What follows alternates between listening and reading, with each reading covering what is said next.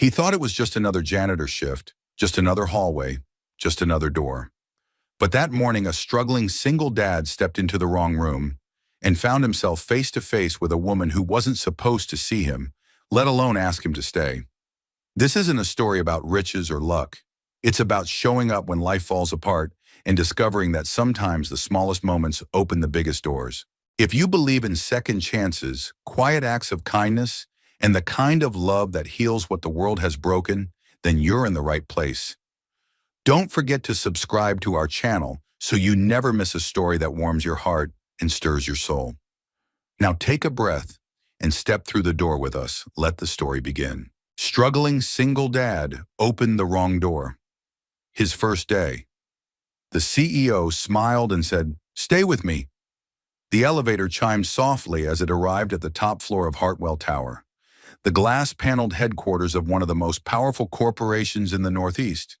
Jack Morgan stepped out, his worn leather boots squeaking slightly on the polished marble floors.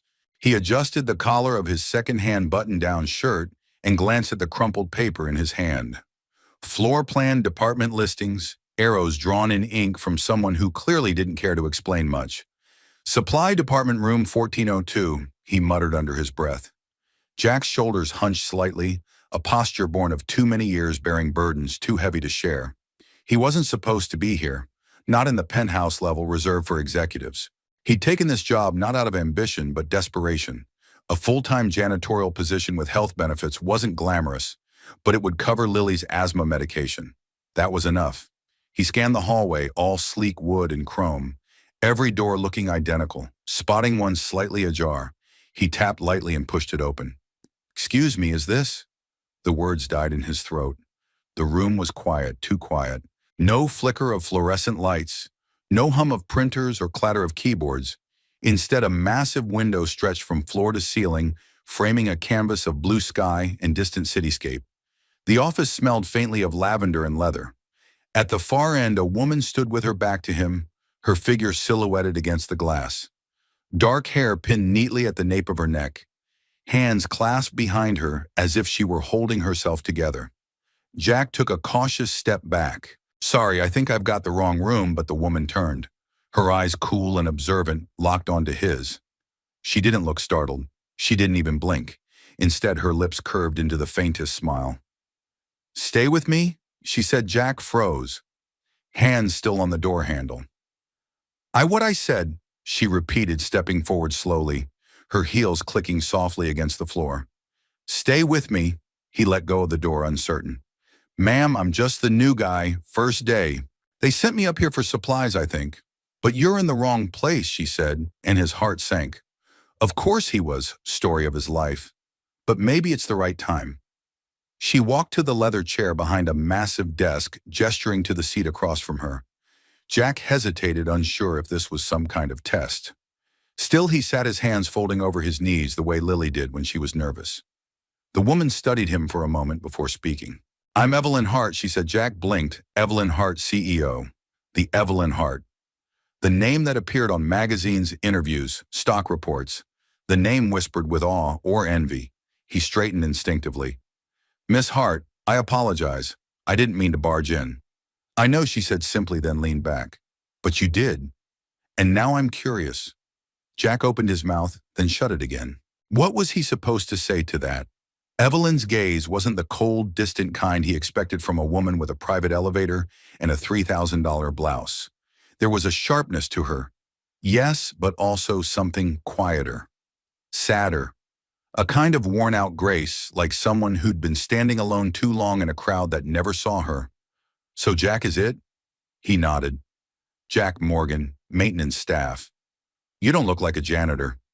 Jack gave a tired smile. "I don't think there's a look for that." Evelyn tilted her head. "You're right, I'm sorry. That was presumptive." He shrugged. "No offense taken."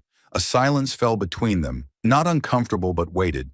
Then she asked, "Do you have children, Jack?" He blinked again, thrown by the question. "Yes, one. My daughter, Lily. She's 10. 10. Evelyn echoed, a wistful softness entering her voice. "That's a good age." Jack smiled without thinking. "She thinks so." Said she's halfway to being a grown-up, and I better enjoy the snuggle years while I can. Evelyn's lips curved again, but this time there was a tightness in her eyes. You're lucky Jack wasn't sure what to say to that luck had never been on his side. Not when Carrie got sick, not when he lost the shop, and not when he had to choose between groceries and electricity last winter. But Lily was the one good thing that made every stumble worth it. You're not like the people who usually sit in that chair, she said quietly. I don't imagine I am. She leaned forward, folding her hands on the desk. You probably won't believe me, Jack, but I didn't bring you in here to intimidate you or to be mysterious. I just... She looked away for a moment as if trying to find the exact weight of what she was about to say. I needed to talk to someone who doesn't want anything from me. Jack's brow furrowed. You thought I'd be that person, I hoped. The words hung between them like a fragile glass ornament suspended in midair. For a long moment, Jack simply sat there, unsure whether to laugh or feel sorry for her. He chose neither. Instead, he met her eyes. I don't know what this is, he said honestly, but I know what it's not. It's not something I expected when I woke up this morning. Evelyn nodded slowly, and then to his surprise laughed. It wasn't loud or polished. It was quiet, unguarded, and real. That makes two of us. She stood walking back to the window, folding her arms across her chest. Jack, I have a meeting in 10 minutes with people who will spend 45 minutes saying nothing and expect me to call it leadership. But this conversation, this feels more alive. He stood as well, unsure if he was being dismissed or invited. I guess I'll get to work, he said, voice low. Evelyn turned to look at him again, the city light casting gold across her face. One more thing, he paused at the door. I hope you come back tomorrow. Even if it's just to say, good morning, Jack nodded, offering a slight smile. Good morning, then he said and stepped out. The door clicked softly behind him, and in the silence that followed, Evelyn Hart, CEO, widow woman of Steel and Solitude, let out a breath she didn't know she'd been holding. The next morning, Jack Morgan stood outside the massive revolving doors of Hartwell Tower, coffee in one hand, nerves in the other. He'd slept poorly, torn between, wondering if yesterday's conversation had actually happened, and if so, what in the world it meant. Stay with me. Her voice still echoed in his head, soft but commanding. He wasn't supposed to talk to the CEO. Heck, he wasn't supposed to see the CEO. He'd been hired to fix broken things, not unravel the quiet mystery of a woman with a corner office and eyes that carried a storm. Jack stepped inside, greeted the security guard with a polite nod, and made his way to the supply department, as instructed. He spent the morning restocking break room paper towels and checking light fixtures, trying not to think about Evelyn Hart. But around 11, a call came through the intercom. Jack Morgan, report to 15. Immediately, no last name. No department, just the floor. 15, the top again. He glanced at the janitor's card as if it might somehow offer him advice, then sighed and wiped his hands on his pants. The elevator ride felt longer than yesterday. He tried to convince himself this was about a broken cabinet or a faucet dripping somewhere expensive. But in his gut, he knew better. The elevator doors slid open. Evelyn was waiting. She stood just beyond the reception desk, hands in the pockets of a tailored navy suit, hair drawn into another one of those perfectly unbothered knots. She looked calm, but Jack had learned something already. She wasn't what she appeared to be. Good morning, she said, her voice lighter than the day before, ma'am. He nodded. I wasn't sure if I'd see you again. I wasn't sure I'd call, she admitted, but here we are. He followed her down the quiet hall to her office. When they stepped inside, she gestured to a bookshelf near the window. You see that, she said, pointing to the lower corner. It's wobbly. I think the back panel's loose. Jack crouched, inspecting the frame. Looks like the nails are stripped. I'll need to reinforce it with some brackets. Good, you can take your time. He gave her a quick glance. You really want me to fix it? Or are we doing that thing again, where I'm fixing something else entirely? Her lips twitched. Maybe a bit of both. Jack removed the tools from his belt pouch and got to work. Evelyn walked to her desk, pulled open a drawer, and retrieved a small black box. She held it for a moment, as if weighing its contents, then opened the lid. Inside lay a wedding band. Jack caught sight of it in the reflection from the window.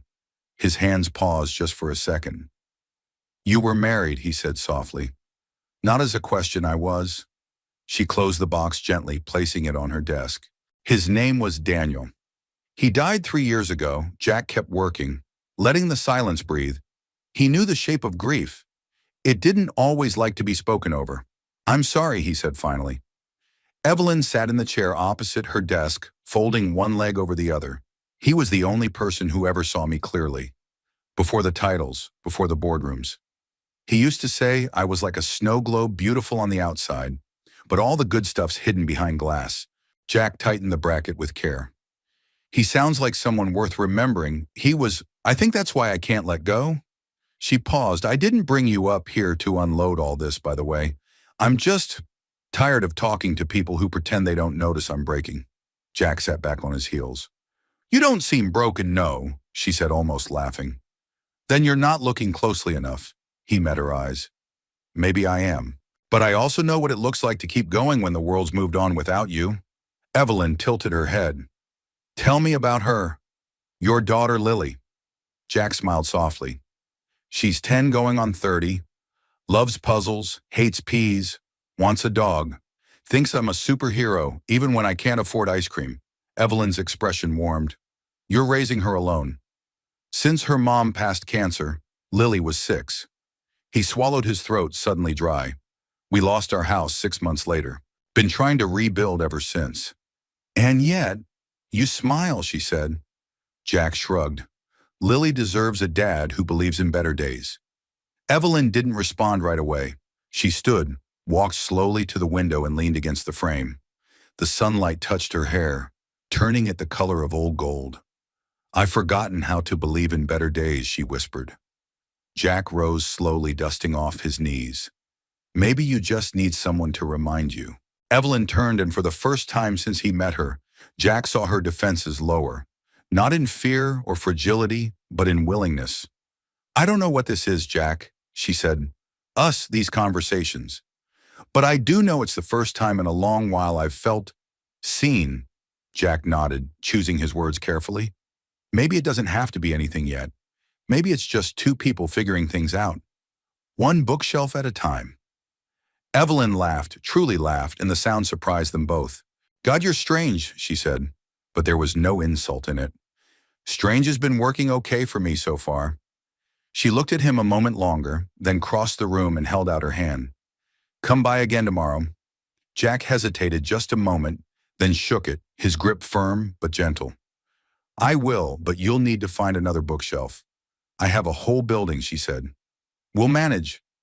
As Jack left the office, the light in the hallway seemed softer, warmer.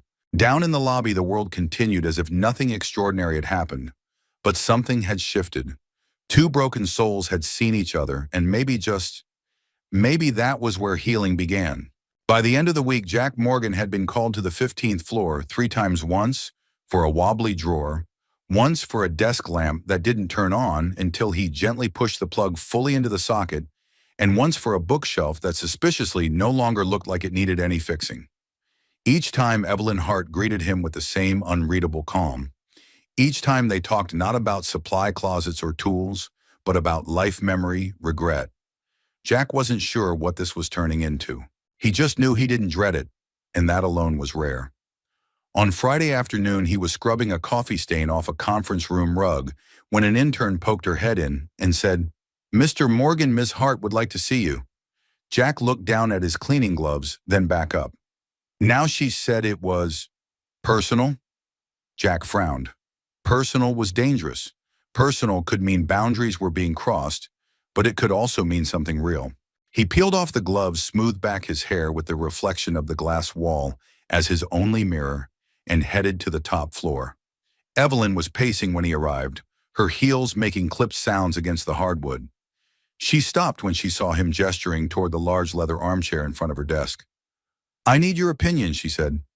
Jack sat slowly. That's new. I'm not good at opinions, she added. I usually decide first, apologize later. But this one, it's different. She placed a file on the desk. Jack didn't touch it. Read it, she said softly. He did. His brows slowly drew together as he scanned the first few pages, then the next, and the next.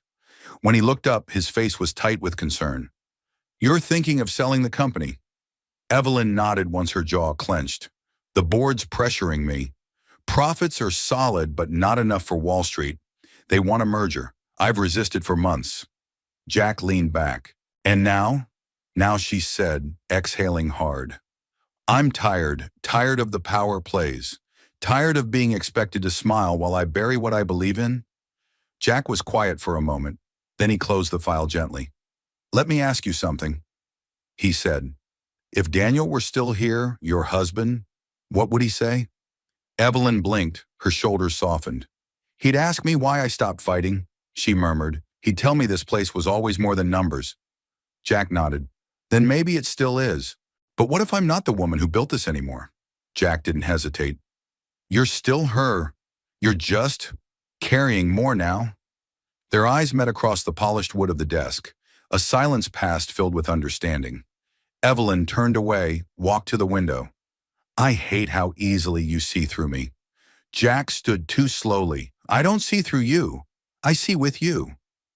She didn't respond, but she stayed by the glass as if his presence made the room feel less high, less lonely. After a moment, she said quietly, "Tell me about your shop." Jack smiled, faintly caught off guard. "What do you want to know?" Everything. He let out a breath and leaned against the window frame a few feet from her. "It was my dad's place. Morgan Auto, small old-school garage down on 5th. He ran it like a family kitchen, coffee brewing all day, radio stuck on country music. I started there at 16, sweeping floors." "Was it enough?" she asked. He smiled, his voice soft. "It was never about enough. It was about meaning. You'd be surprised how many people cry in a garage when their old truck finally dies." She looked over at him. "And you lost it. After Carrie passed, I couldn't keep it going. My hands started shaking from stress. One day I dropped a wrench and almost cracked a customer's engine block. That was the last day I touched a car professionally." And now he shrugged. "Now I clean offices, fix drawers, raise a girl who thinks I hung the moon." Evelyn studied him for a long beat. "You did," Jack raised a brow. "Did what? Hung the moon." For her, that's what love looks like. The compliment landed somewhere between his ribs and his heart. He looked away, unsure how to hold her gaze without something in him unraveling. She walked slowly to her desk and picked up a photo frame, one he hadn't noticed before. It held a picture of Evelyn and Daniel at a vineyard. Her smile in the photo was wide, careless. A different woman. "A different life. I haven't laughed like that in years," she said, placing the frame back down. "Maybe it's time," Jack said gently. "Maybe not like that, but like something." Evelyn smiled faintly, but it was weighed down by thought. Then, as if reaching a quiet decision, she turned to him. "Would you come with me tomorrow?" Jack blinked. "Where my family's farm upstate." "It's where Daniel and I used to go to clear our heads. I go alone sometimes, but it feels too quiet now." Jack hesitated. "You sure you want to bring your janitor along?" Evelyn met his eyes.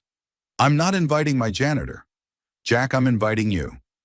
There it was again, that unflinching honesty. She didn't play games, didn't soften the blow or lace her words with implication. She just meant them. Jack nodded slowly. "All right, just don't expect me to wear a tie." "Wouldn't dream of it." He turned to go but paused at the door. "I still think you should fight for this company." Evelyn smiled. "And I think you might be the first person who said that, without a stock portfolio." Jack chuckled. "I don't have stocks. I have a daughter and an overdrawn bank account. Both sound more human than half my boardroom." And with that, he left heart a little lighter, the cracks in his life a little less sharp. Down the elevator, past the polished lobby, through the cold wind outside, Jack walked home, wondering how the wrong door had become the only one worth walking through. The farmhouse sat on a hill like something out of a painting. Wooden beams worn with time, a front porch that creaked when you walked across it, and wide open skies stretching farther than the eye could hold. It wasn't grand in the way Evelyn Hart's life usually looked, but to Jack and Lily it felt almost magical. "This place is huge," Lily exclaimed, racing up the porch steps. Her sneakers thudded against the planks as she darted toward the old swing that hung from a wooden beam. "Slow down, kiddo," Jack called, though he was smiling. His daughter's delight was contagious. Evelyn stood just behind him, holding a small basket of groceries. She wore jeans and a soft oatmeal-colored sweater, her hair loose for once. Jack hadn't realized until now how different she looked when she wasn't surrounded by glass walls and corner office expectations. "She's full of energy," Evelyn said, watching Lily push herself into the air on the swing. "She's the engine that keeps me going," Jack replied, "though sometimes I think she runs on a different fuel." Like joy and never-ending questions, Evelyn smiled and opened the front door. "Come in. I hope the place isn't too..." Rustic, inside the farmhouse was filled with warmth. The floors bore scuff marks from decades of footsteps, and every wall carried the weight of memory. Framed photographs lined the mantel, a younger Evelyn with muddy jeans laughing in a vineyard. A shot of Daniel on a ladder painting the barn. A dog curled up in a sunbeam. Jack noticed Evelyn pause when she passed a photo of Daniel standing beside a field of sunflowers. Her fingers brushed the edge of the frame just briefly and then moved on. "Lily," she said, turning toward the girl, "would you like to help me make some sandwiches?" Lily nodded enthusiastically. "Can I toast the bread?" "Only if you promise not to burn it." Jack stepped back, watching his daughter skip into the kitchen, beside a billionaire who looked more like a big sister than the CEO of a multi-million-dollar corporation. He followed slowly, unsure where he fit in this strange new equation.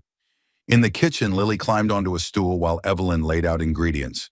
There was a softness to her movements, a careful attentiveness that Jack hadn't seen before. She handed Lily a butter knife and showed her how to spread mayo. "You've done this before," Jack said from the doorway. Evelyn looked up. Daniel loved to cook. He believed sandwiches were the key to emotional stability. Jack chuckled. "Can't argue with that." They ate outside on a wooden picnic table beneath a canopy of trees just beginning to shift toward autumn. A soft wind rustled through the leaves, and somewhere nearby a bird called lazily into the afternoon light. Lily chattered as she ate completely at ease. Evelyn listened, genuinely interested, laughing at the girl's stories, nodding solemnly, when Lily declared that third grade was a real pressure cooker. "You're very wise." Evelyn said, "Dad says I'm 9 going on 50. Lily replied, biting into her sandwich. Jack grinned. "She's not wrong." When they finished, Evelyn suggested a walk. They followed an old dirt path that wound through the back of the property, passing an old apple orchard in a dried-up stream bed. At one point, Lily ran ahead, chasing a blue jay that flitted from tree to tree. Jack and Evelyn walked behind more slowly. "This place means something to you," Jack said quietly. "It was our escape," she replied. "Daniel and I came here when the city got too loud, when the pressure built up and we forgot how to breathe. He used to say the silence out here was holy." Jack nodded. "I get that." They reached an old wooden bench, half covered in moss, and sat down. Evelyn glanced ahead at Lily, who was now picking wildflowers with intense concentration. "She's good for you," she said softly. "She's the best part of me," Jack replied. Evelyn was quiet for a long moment. Then she said, "It's strange, Jack. I built my whole life to keep people out. Power, distance, control. Those were the rules. But your daughter walks into my kitchen like she owns it, and suddenly, the rules don't seem to matter." Jack smiled gently. "She has that effect." Evelyn turned to him. "So do you." There it was again, that honest, unvarnished truth. Evelyn carried like a hidden scar. Jack looked down at his hands. "I'm no one special, Evelyn. Just a guy who fixes things and tries to raise his kid, right?" "But that's just it," she said. "You don't need to be special to matter. You show up, you listen. You make people feel seen. That's rarer than any degree or job title." Jack didn't know how to respond, so he didn't try. He just let the weight of her words settle. After a while, Lily ran up to them with a fistful of flowers. "Miss Evelyn, I made you a bouquet. It's not from a store, but I think it's pretty." Evelyn accepted the offering like it was made of gold. "It's perfect." "Thank you, sweetheart." Lily turned to Jack. "Can we come back here again?" Daddy Jack glanced at Evelyn, whose expression had softened into something that almost looked like hope.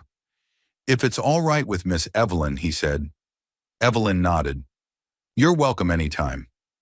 As the sun began to dip behind the trees, they headed back toward the house. Jack carried Lily piggyback most of the way, her arms looped around his neck, head resting on his shoulder.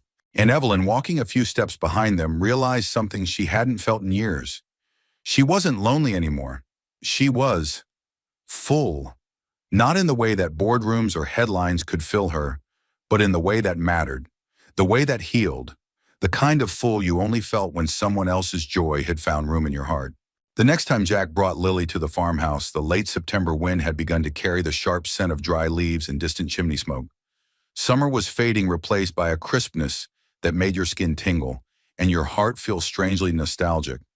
It was the kind of day that made you think about how fast time moved, how the things we loved could slip through our fingers if we weren't paying attention.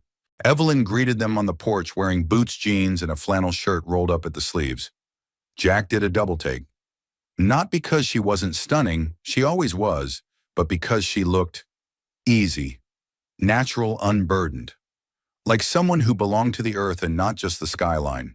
Lily, Evelyn said warmly, I need a sous chef today. Are you ready? Lily grinned. Do I get to wear an apron? Only if you promise not to wipe your hands on it. Deal. The two disappeared inside, giggling as they vanished into the kitchen. Jack remained on the porch for a beat, leaning against the wooden railing, watching the trees sway. A few red and gold leaves danced across the grass. For the first time in years, he wasn't thinking about overdue bills or broken appliances, or the ache in his back from too many nights on a too thin mattress. He was thinking about Evelyn's laugh. He was thinking about the way she watched Lily, not politely, but with genuine wonder. Like Lily's every word reminded her how to breathe again. Jack stepped inside to find them mid-pie making. The counter was a happy mess of flour and apple peels. Evelyn was gently helping Lily crimp the crust edges, while the girl narrated her own process with the confidence of a TV chef. I call this the ruffle flour edge, Lily declared. That's a very sophisticated technique, Evelyn replied, eyes sparkling. Jack cleared his throat. Need a taste tester? Only if you've had your shots, Lily said straight-faced, then burst into laughter. Evelyn chuckled and handed Jack a spoon of warm apple filling. What do you think he tasted? I think this is the first thing I've eaten this week that didn't come from a vending machine. You poor man, Evelyn said, we'll fix that. After the pies went into the oven, Evelyn suggested they walk down to the greenhouse. My dad built it after Mom passed, she explained as they walked through the orchard. He said growing things helped him remember that life keeps going, even when it breaks your heart. Jack nodded, understanding more than he wanted to admit. The greenhouse was humble, an arched structure of glass and wood, but inside it was alive. Rows of herbs and early autumn vegetables thrived under the filtered light. The air was warm and fragrant, and something about the space made Jack feel like he was standing inside Evelyn's past. He taught me how to tend every one of these, she said, kneeling beside a row of rosemary. It's the only kind of patience I ever learned willingly. Jack knelt beside her, his voice low. You still miss them, don't you? Your parents all the time, she admitted. But not just them. I miss who I was when they were around. Simpler, less calculated. Jack studied her. You're not as calculated as you think. She met his eyes, and for a second the guarded expression dropped. You make me feel unfinished, she said. Jack blinked. Is that a good thing, I think? So she replied, it means there's still something left to grow. They fell into a quiet rhythm, working beside each other, trimming, watering, even planting a few new shoots. Lily played just outside collecting rocks she declared to be rare gemstones and assigning them names like Princess Sparkle and King Pebble. As the sky began to dim, they walked back toward the house with Lily skipping ahead. Can I come back next weekend? She asked. Evelyn smiled. Of course, this place is yours now too. Inside the pie filled the farmhouse with warmth. They ate at the long oak table that had probably hosted 100 family meals before them. Jack watched Evelyn laugh with Lily and thought about all the dinners he'd eaten alone. Silent, quick, practical. He hadn't realized how much he missed the sound of joy at the dinner table. After dessert, Lily grew drowsy, her head tipping onto Jack's arm. I should get her home, he said softly, brushing her hair back. School night, Evelyn walked them to the door. The porch light cast a soft glow across her face. She's special, Evelyn whispered. She saved me, Jack replied. There was a beat of silence. Then Evelyn said, so did you. Jack looked at her, then not just as a man grateful for kindness, but as someone who saw her fully, the cracks, the strength, the softness that was finally allowed to breathe. And he realized something: the farm didn't just remind Evelyn of what she'd lost. It was becoming the place where she rediscovered what she still had left to give. As they stepped off the porch, Evelyn called after him. "Jack," he turned. "You've done more here in a few weekends than some people do in years." Jack shrugged, a smile tugging at the corner of his mouth. "All I did was show up." "Exactly," she said. The wind picked up as he carried Lily to the truck, leaves spinning around his boots like tiny golden miracles. And Evelyn stood on the porch watching them disappear into the twilight, the taste of apple and cinnamon still on her tongue, and something new in her heart, a kind of hope she hadn't dared feel in years. The Monday after their visit to the farmhouse, Jack walked into Hartwell Tower with a strange lightness in his step. He wasn't used to the feeling, this subtle sense that the ground beneath his feet had steadied just slightly as he passed through the security gates and gave a polite nod to the receptionist. He caught himself humming a tune Lily had made up the night before. Something about a pie that could fix the world. He was halfway to the maintenance storage room when he noticed the shift. It wasn't anything obvious. No one pointed fingers or stared outright, but there was a stiffness in the air. A few passing employees didn't return his greeting. One man, suited and polished, gave him a long, appraising look and whispered something to a woman beside him. She raised an eyebrow. Jack's gut tensed. In the elevator, he overheard two junior staffers whispering behind him. "Brought his daughter to the farm. Can you believe it? No way, that's got to be against like 10 policies. Bet she thinks he's harmless." That's how it always starts. The doors opened. Jack stepped off, jaw tight, trying to shake off the unease, but it clung to him like wet clothes. Later that afternoon, he was called to replace a light fixture in the executive conference room. As he worked silently on the ceiling panel, voices floated in from the adjacent hallway. "She's losing her grip. It's unprofessional." The CEO fraternizing with a janitor, and a single dad, no less. "You know how this ends: scandal, distraction. Someone always gets hurt." The words were low, sharp, intentional. Jack didn't recognize the voices, but that wasn't the point. They were talking about him and about Evelyn. By the time he made it back to the basement locker room, his hands were shaking, not from anger, but from that familiar, worn-in feeling being out of place. Like a guest in a house where everyone else had memorized the rules. He sat on the bench, staring at the concrete floor, trying to catch his breath. Was he hurting her reputation just by existing in her orbit? Was Lily bright kind? Lily now a target of judgment because he couldn't keep his distance. His phone buzzed. A text from Evelyn. "Come up when you're done. I want your thoughts on something." Jack stared at the screen. For the first time in weeks, he hesitated. He didn't go. Evelyn waited. She paced her office twice, then checked her phone again. No reply. She tried not to feel disappointed. Maybe he got busy. Maybe Lily needed something. But beneath the logic, her heart thudded with that old familiar ache, the one that told her no one ever stayed once the whispers started. By morning, the rumors had reached the boardroom. Victor Langston, head of corporate strategy, stood with his arms crossed as Evelyn walked in. "Morning," she said crisply. Setting her tablet on the table, "Ms. Hart," he replied coolly. "A moment before we begin." She nodded, waiting as the others filed out of the room. When it was just the two of them, Victor stepped closer. "I hope you'll forgive the directness," he said, "but there's been concern." She raised an eyebrow. "About optics." Ah, there it was. The word that always surfaced when people didn't have the courage to say what they really meant. Victor cleared his throat. "It's come to our attention that you've been spending a significant amount of time with one of the janitorial staff off-site, on personal property, with his child present." Evelyn folded her arms. "Are we policing lunch breaks now? This isn't about lunch, it's about image influence investors. You built this company's credibility on being untouchable, strategic. If it starts to look like you're emotionally compromised." Her laugh was quiet but razor-edged. Emotionally compromised. How poetic. Victor held his ground. "You're free to make your own choices, but the consequences aren't always yours alone." She stepped closer. "If this company can't survive me..." Having a human moment, then maybe it doesn't deserve to survive. She walked out before he could reply. That evening, Jack stood outside the building long after his shift ended. He held his phone thumb, hovering over Evelyn's name. His heart was still tangled in the voices he'd heard, the way people looked at him, like he was a problem to be managed. He'd been a problem before, for school districts that didn't know how to accommodate a grieving child, for clients who didn't want family drama in their mechanic shop, for a world that didn't quite know where to place a single dad with calloused hands and a daughter who still believed in fairy tales. He didn't want to be a problem for Evelyn. He turned to leave, then stopped.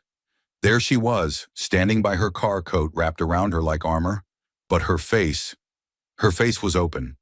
Raw, she saw him and didn't hesitate. "You didn't come yesterday." Jack looked down. "I heard what people are saying." "So did I," she said. "I don't want to make things harder for you." Evelyn took a step closer. "Jack, you didn't make anything harder. You made it matter, but your position isn't worth anything if I can't choose who I trust.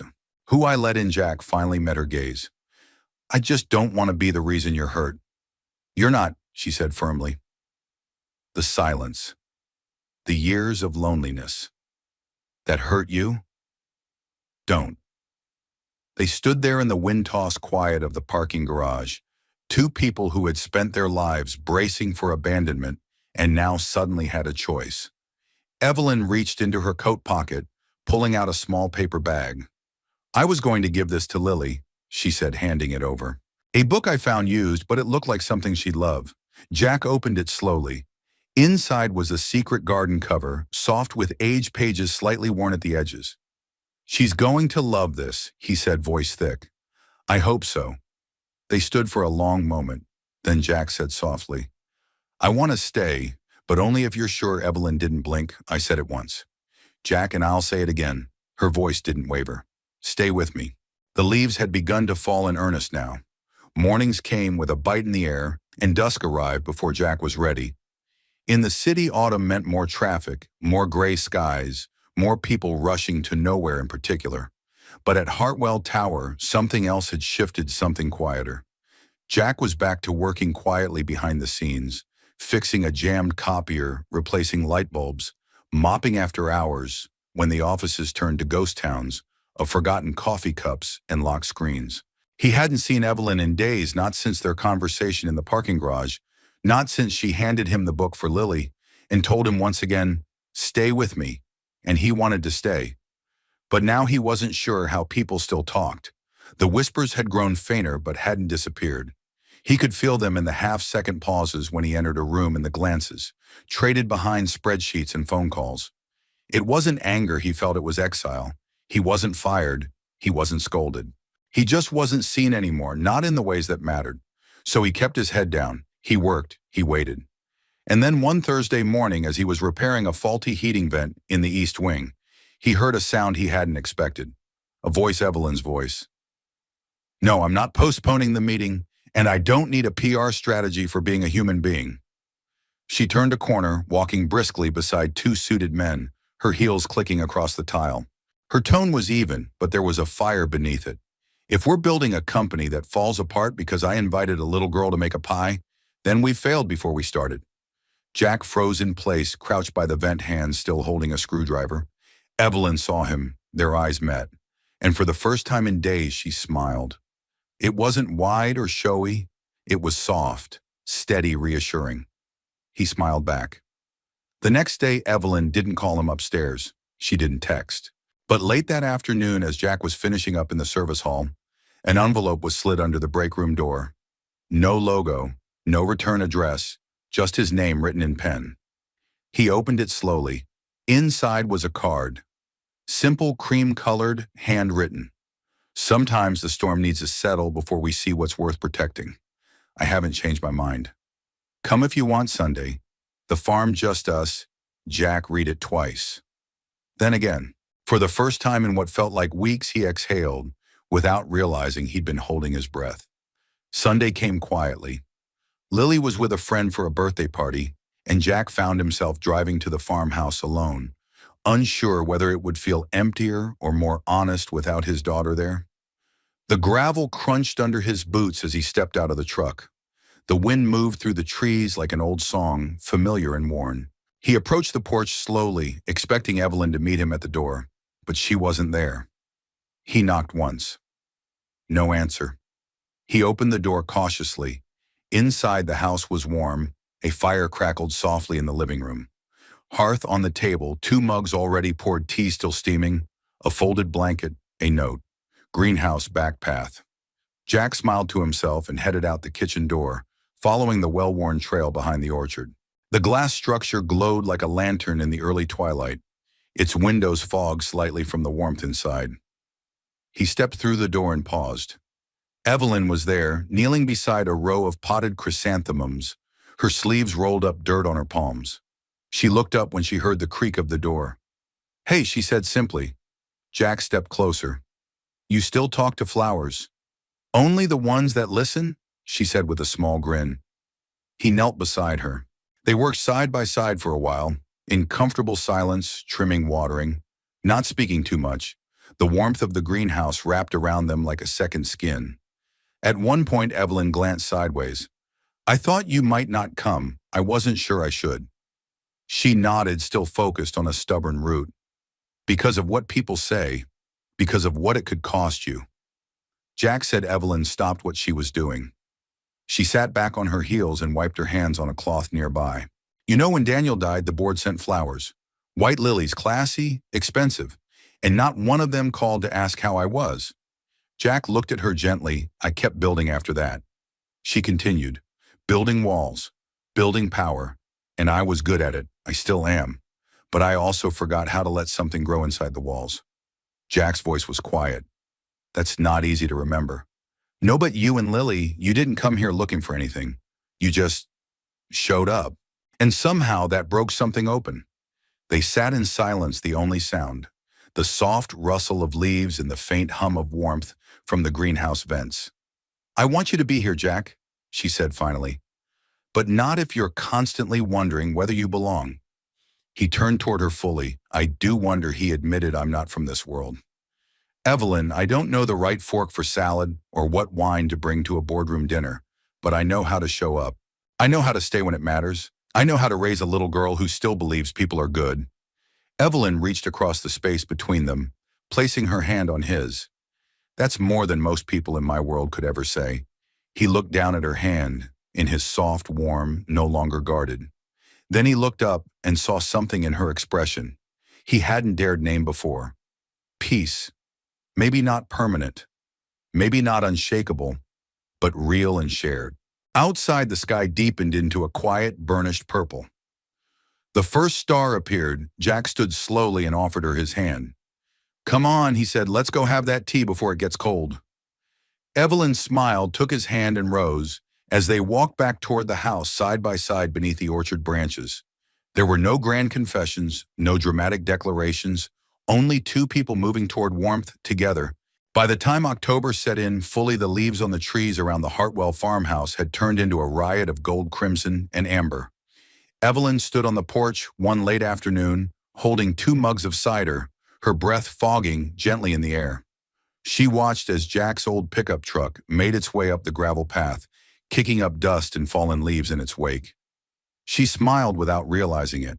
Jack parked and climbed out his denim jacket, zipped halfway and his hands tucked into his pockets. "You look like you're in a Norman Rockwell painting," he said as he stepped up onto the porch. "And you look like you just repaired a tractor," she replied. "I did." Evelyn handed him one of the mugs. "Perfect, you've earned this." He took a sip. "Spiked cinnamon," she said with mock seriousness.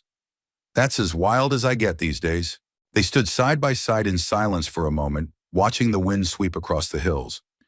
It had been a quiet few weeks since their greenhouse talk, an unspoken agreement to move slower, more gently. They hadn't defined anything. They didn't need to. The moments spoke for themselves, but something had been stirring in Evelyn, a restlessness she hadn't voiced. Jack noticed it in the way she paced more when she talked, how her smile, while still warm, didn't quite reach her eyes. He waited. He didn't push. He knew sometimes people needed to sit with a feeling before they could put words to it. That moment came now. "I saw Daniel last week," she said, still facing the horizon.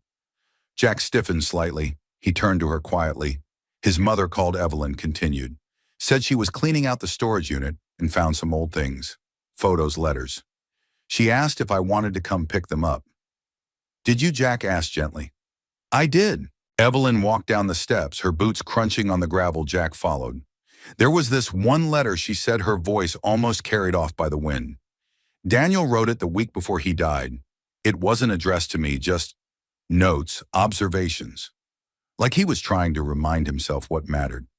She pulled a small folded paper from her coat pocket. I brought it. Jack took it, unfolded it slowly, and read. If Evelyn ever finds this, I hope she remembers that strength isn't silence, that she's allowed to fall apart, that letting someone in isn't weakness, it's survival.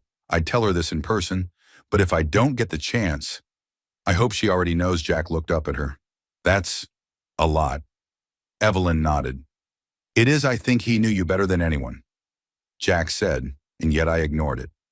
She said, after he was gone, I did the opposite of what he asked.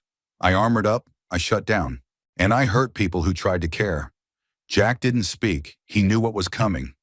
I need to apologize to you, she said, for shutting you out after the whispers started, for not standing up for you sooner, for making you feel like you didn't belong. Jack looked down at the note again, then folded it and handed it back. You don't owe me anything. Evelyn. Yes, I do, she said, meeting his gaze. You showed up. You gave me in this place more kindness than I knew how to handle. And I pulled away when it got complicated. Jack took a step closer. You were scared. I still am, she admitted. But I'm more scared of going back to how I used to live. The loneliness, it's too loud now. Jack placed his hand gently over hers.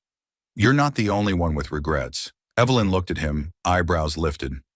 I should have come to you when things got hard. Instead, I let the noise convince me I was the problem. He gave a soft chuckle. It's been my reflex for years.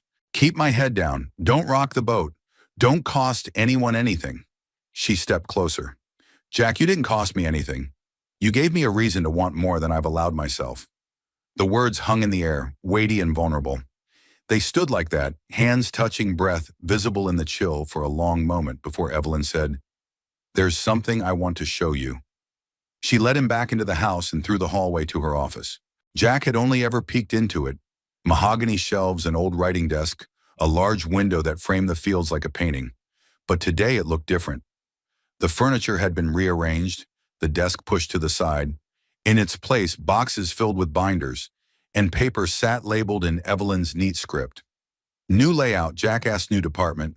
She replied, It's not official yet, but I'm creating a community initiative within Hartwell Group, a fund and outreach program for employees who are single parents, caretakers, or in financial transition. Jack turned to her slowly. You're serious. I'm starting with one pilot program. Medical support, childcare assistance, flexible scheduling. It's not charity, it's respect. Jack blinked, overwhelmed. Why? Because of you, she said. Because of Lily.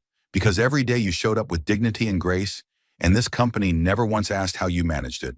It just took the labor and ignored the life behind it. She took a breath. I don't want to lead that way anymore. Jack stepped forward. What do you need from me? Evelyn smiled. I want you to help run it.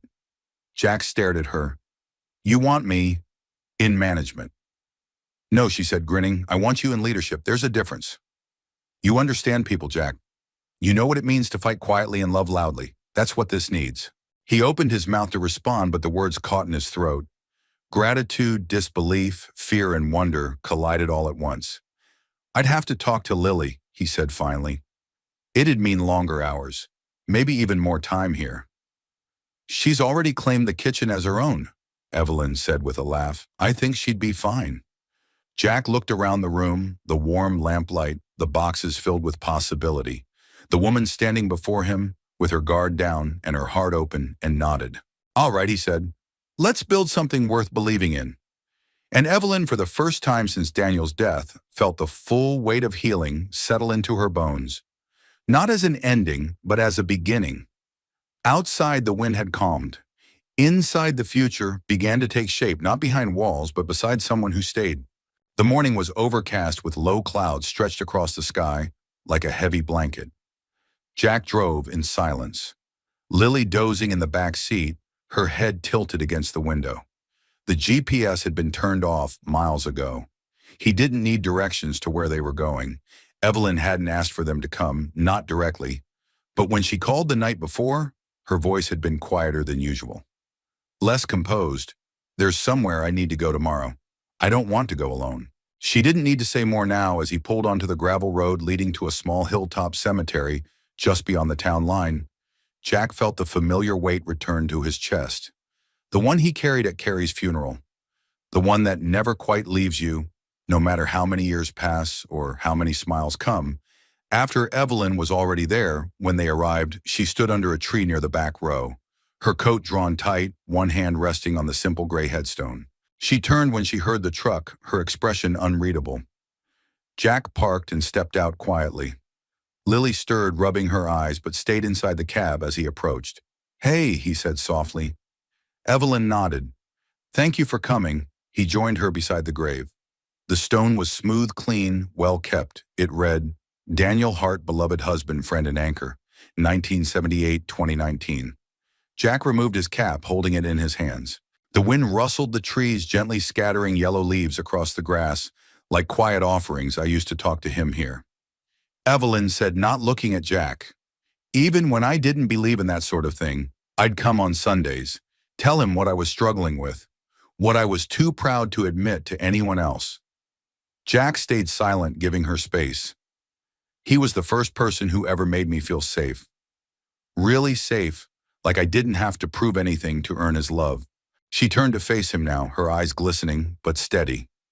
"And you've done that too." Jack's throat tightened. "Evelyn," she held up a hand. "Let me finish. I didn't bring you here to ask for permission. I brought you here to make peace." She knelt down and placed a small bouquet of field daisies at the base of the headstone. "They weren't store-bought. They weren't grand. They were honest, Daniel," she whispered. "I still love you. But I'm starting to understand something you always tried to teach me. That love doesn't have to stay stuck in the past to be real." Her voice broke slightly. "I've met someone who sees me. Not the title, not the polished version, just me." She placed her palm flat against the stone. "And I think you'd like him." Jack felt the sting behind his eyes, the way grief and love often sit side by side without asking permission. Evelyn stood slowly, brushing the dirt from her hands. "He was a good man, Jack. I can tell," Jack said. There was a long silence, then a soft voice behind them broke it. "Miss Evelyn." They turned to see Lily standing a few feet away, her hands clasped in front of her, her braid falling over one shoulder. Evelyn smiled gently. "Hey, sweetheart," Lily stepped forward cautiously. "Is this the man you told me about? The one who planted the apple trees?" Evelyn nodded. Lily approached the grave, then knelt beside it and whispered something so quietly that Jack couldn't hear. When she stood, Evelyn placed a hand on the girl's shoulder. "What did you say to him?" Jack asked as they walked back toward the truck. Lily shrugged. "Just that I'd take good care of you both." Jack's heart squeezed, but he didn't let it show. He opened the door and helped Lily into the back seat. As they pulled away, Evelyn kept her eyes on the mirror, watching the grave, until it disappeared behind the bend in the road. Back at the farmhouse, the light had changed. The fire was lit, soup simmered on the stove, and Lily had fallen asleep again this time, curled up on the couch with a book tucked under her arm. Evelyn poured 2 mugs of tea and sat beside Jack near the window. "Thank you," she said. "For what?" "For letting me say goodbye without feeling like I was leaving anything behind." Jack took a sip of tea. "Love doesn't leave. It just grows new roots." She turned to him, her voice quiet. "Do you think it's possible to love again without making it feel like a betrayal?" Jack didn't answer right away. Instead, he reached over and gently took her hand in his. "I think love is like sunlight," he said. "It doesn't stop shining just because the seasons change. It finds new windows, new warmth." Evelyn's eyes filled again, but this time the tears didn't fall from grief. They fell from the quiet relief of being understood. "I'm scared," she whispered. "So am I," he said. "But I'm here." They sat in silence, the kind that didn't need filling.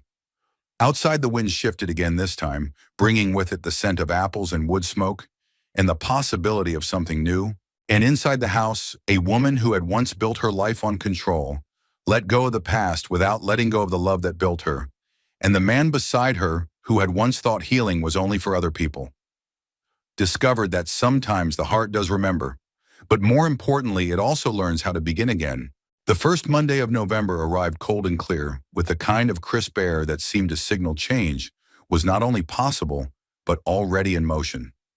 Jack stood in the mirror of his modest apartment bathroom, tightening a tie with stiff fingers and a skeptical frown. "Still think this is a mistake?" he asked his reflection. Lily, brushing her teeth in the hallway, peeked around the corner. "You look like a principal, but the nice kind," Jack smirked. "Not sure that's a compliment." She grinned with toothpaste foam on her lip. It is an hour later, Jack walked through the front doors of Hartwell Tower, this time not as a maintenance worker, but as the newly appointed Community Outreach Coordinator. It was a title that still felt oversized, like a pair of dress shoes one hadn't grown into yet. He rode the elevator to the 10th floor, a level he'd never had reason to visit before. The new department Evelyn had created was tucked into a bright corner suite. Walls painted soft green, a welcome desk decorated with handmade drawings from employees' kids, and a community board that read, "You're not alone. Let's build something better together." A young assistant greeted him. "Mr. Morgan." Jack smiled awkwardly. "That's me, though you can call me Jack, or hey you. I'll answer to both." She laughed and handed him a clipboard. "We've got 4 families applying for childcare grants this week and 2 single parents trying to balance their shift schedules with elder care. You up for it?"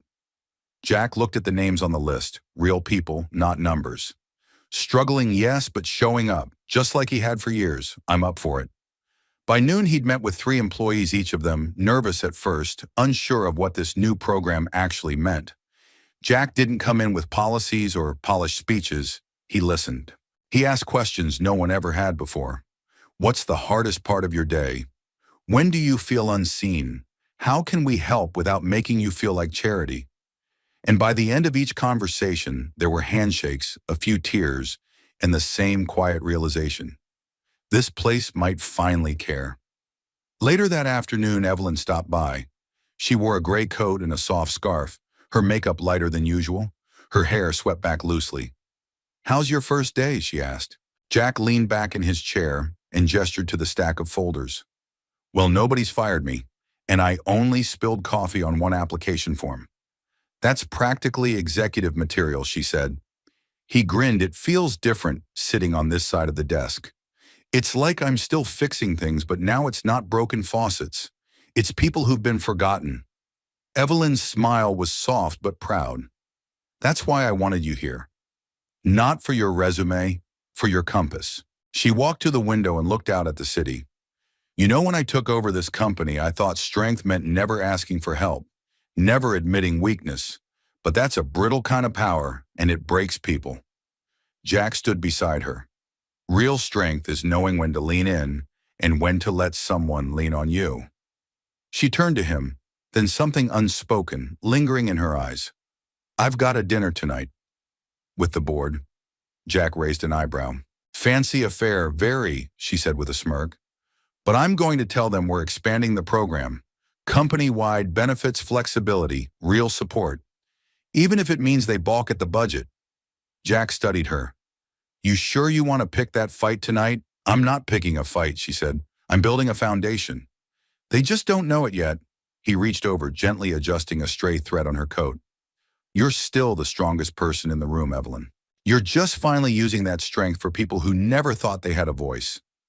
She didn't answer, just looked at him with a kind of quiet affection that said more than words could.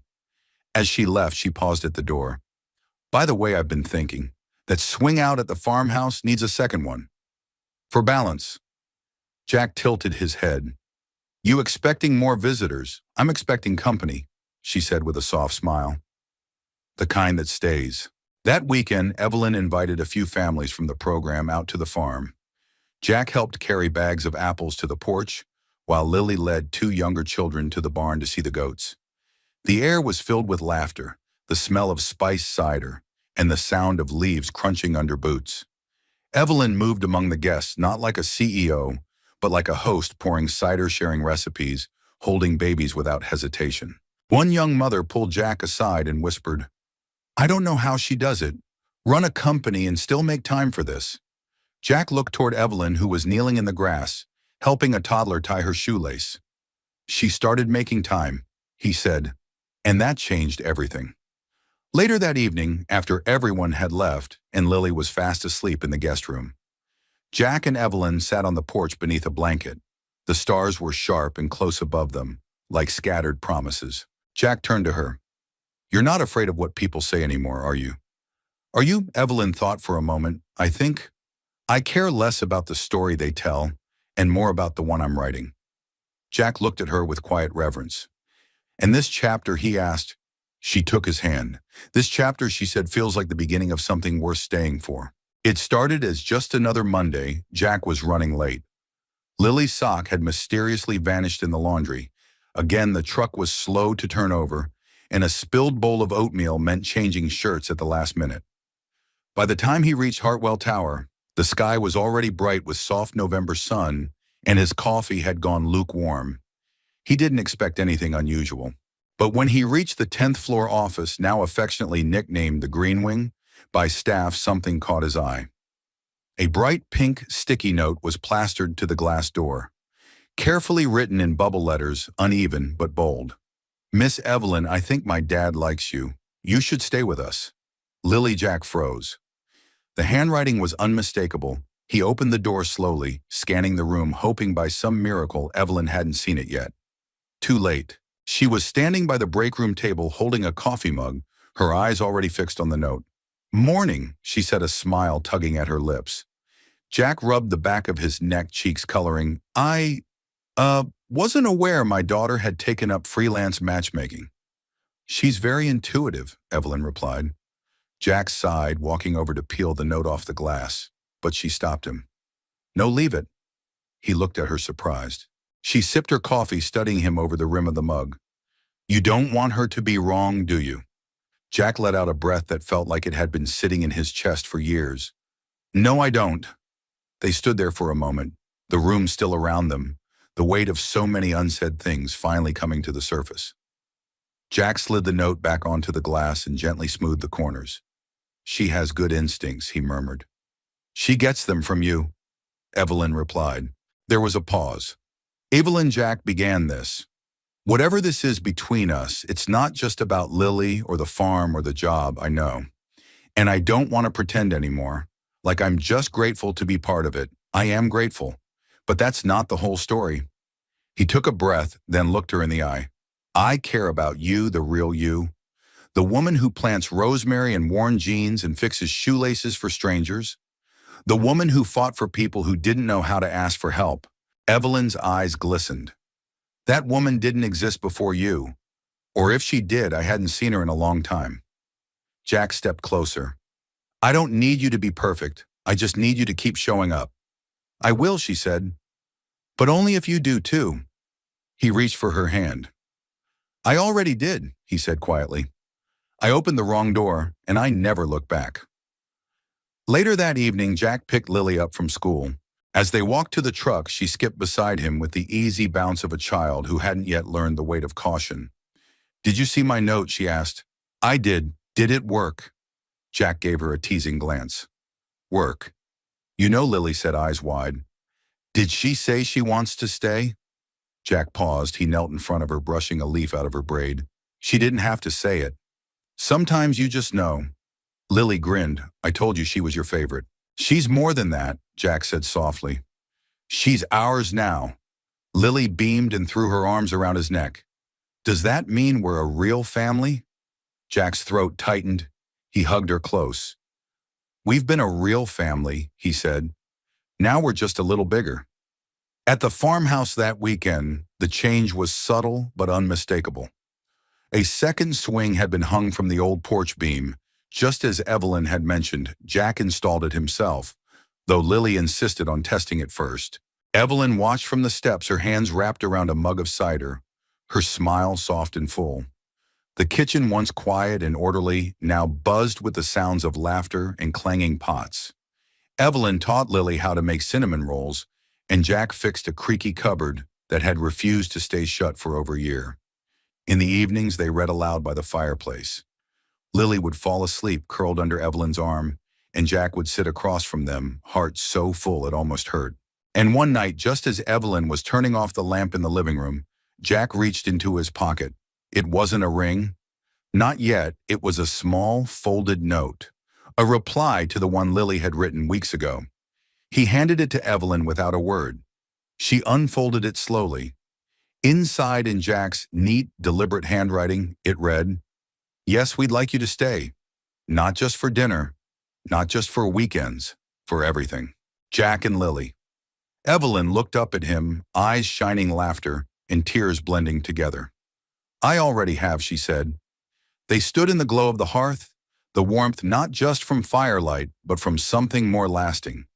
Commitment, belonging, and the quiet joy of finding a place and people worth staying for. The first snow of the season arrived like a secret, soft, quiet, unexpected. It dusted the fields behind the farmhouse with a blanket of white coating, the orchard branches and frosting, the porch railings in a delicate shimmer. Jack stood at the kitchen window early that morning, sipping coffee and watching as Lily pressed her face against the glass, with the breathless wonder only a child could summon. "She's been waiting for this since August," he said with a quiet smile. Evelyn, standing beside him in one of Jack's old flannel shirts and fuzzy socks, glanced out with sleepy amusement. "She's been planning snow angels for 3 weeks. Outside, Lily bolted into the yard in her oversized coat and mismatched mittens, arms outstretched, spinning like a top. "She's not the only one who's been waiting for something." Jack said, his voice softer now. Evelyn looked at him. Jack didn't speak right away. He just reached into his back pocket and pulled out a small envelope, thicker than the last note he'd written, her carefully sealed. She raised an eyebrow as she took it, her hands still warm from the mug she'd been holding. Slowly, she opened the flap and pulled out the paper inside. It was a deed to the farmhouse, her name still there. But now beneath it, 2 others, Jack Morgan and Lily Morgan. Her breath caught. "I had a lawyer friend help me." Jack said, "The place is still yours legally, but it's ours now too. Not because we need it to be, because we choose it to be." Evelyn blinked away the sudden sting in her eyes. "You didn't need to do this, I know," he said. "But I wanted to. I want you to know this isn't just a chapter we stumbled into. This is the story I want to stay in." She folded the paper slowly, clutching it in both hands, then looked up at him. "And you're sure," Jack chuckled. "I've never been more sure of anything, except maybe that Lily is about to eat a snowflake and declare it magical." They both turned to the window just as Lily flopped backward into the snow limbs, out like a starfish. "She's making a snow angel." Evelyn said. Jack nodded. "That girl's whole life is an angel in progress." They stood there a moment longer, then Evelyn slipped her hand into his. "So is yours." Later that week, Jack returned to the auto shop he hadn't set foot in for years. Not as an employee, not to ask for work, but to reclaim something. Morgan Auto, with its faded sign and rusted garage doors, had sat vacant since he'd walked away from it after Carrie died. It had become a kind of shrine, a place he couldn't touch because it hurt too much. Now, standing in the doorway, Evelyn beside him, he let the past roll through him like an old song. "It smells the same," he said, "like oil and hope." Evelyn said, grinning. He laughed. "You romanticize everything. You taught me how inside dust coated the workbenches, but the tools still hung in their places. The old coffee maker still sat by the window. A faded photo of Jack's father was tacked to the corkboard above the register. Jack walked to the center of the shop and turned slowly. "You could do something with this place," Evelyn said, her voice gentle. "Something new, a teaching garage, a space for kids who don't know how to dream yet." Jack nodded. "Maybe I could." Then he turned to her. "But only if you'll help me build it." She smiled. "Deal." Thanksgiving came with the smell of roasted turkey, mashed potatoes, and spiced apple pie. The farmhouse was filled with warmth and noise. Friends, co-workers from the new outreach program, families who had once been invisible in boardrooms, but now had a place at the table. Jack carved the turkey while Lily read aloud a thank you poem she'd written at school. It included Evelyn's name 3 times, And thank you to Miss Evelyn who makes the best pie. And thank you for my swing, and thank you for staying. Evelyn squeezed Jack's hand under the table. The room applauded not because the rhyme was perfect, it wasn't, but because it was true. That night after the last dish had been washed and the guests had gone, Jack and Evelyn stepped out onto the porch. The stars above were sharp and clear, scattered across the sky like tiny declarations. You ever think about how it all started? Evelyn asked. Jack nodded. A wrong door. She smiled. There are no wrong doors, just ones we aren't brave enough to open. He reached for her hand. I didn't think I belonged here. Evelyn. Not in your world, not in your life. You didn't belong to it, she said, turning toward him. You changed it. The wind stirred around them, cold but not biting. It carried the scent of wood smoke and earth and the last notes of the season. Evelyn leaned her head on Jack's shoulder. What do you think comes next? She asked. He smiled, eyes on the moonlight dancing across the field. More doors, he said, and this time we walk through them together. And somewhere in the distance, Lily's laughter rang through the night, a sound like home, like hope, like everything that mattered. Because in the end, love wasn't about grand gestures or perfect timing. It was about showing up, about staying, and about finding on the other side of an unexpected door someone brave enough to open their heart again. We'd love to hear from you. Where are you watching from? Let us know in the comments below. Your stories, your thoughts, and your presence mean the world to us. If this story touched your heart, inspired you, or simply made your day a little warmer, please consider subscribing to the channel. It's the best way to support what we do and to stay connected with more heartfelt stories just like this one. From all of us here, thank you for watching. Take care of yourself and never stop believing in the quiet power of kindness.